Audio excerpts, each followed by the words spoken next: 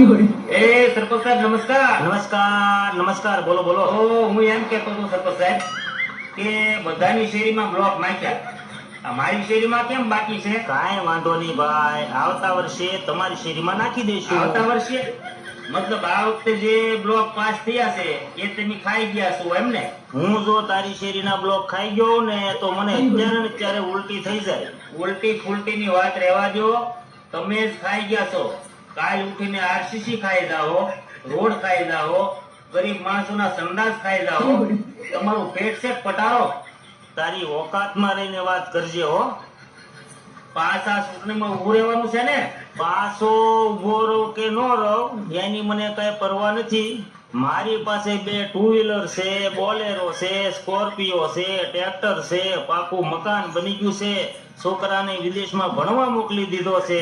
હવે જીતું કે નો જીતું એની ચિંતા તું કરમાં. તું કપાસમાં દવા છાંટી રાખ.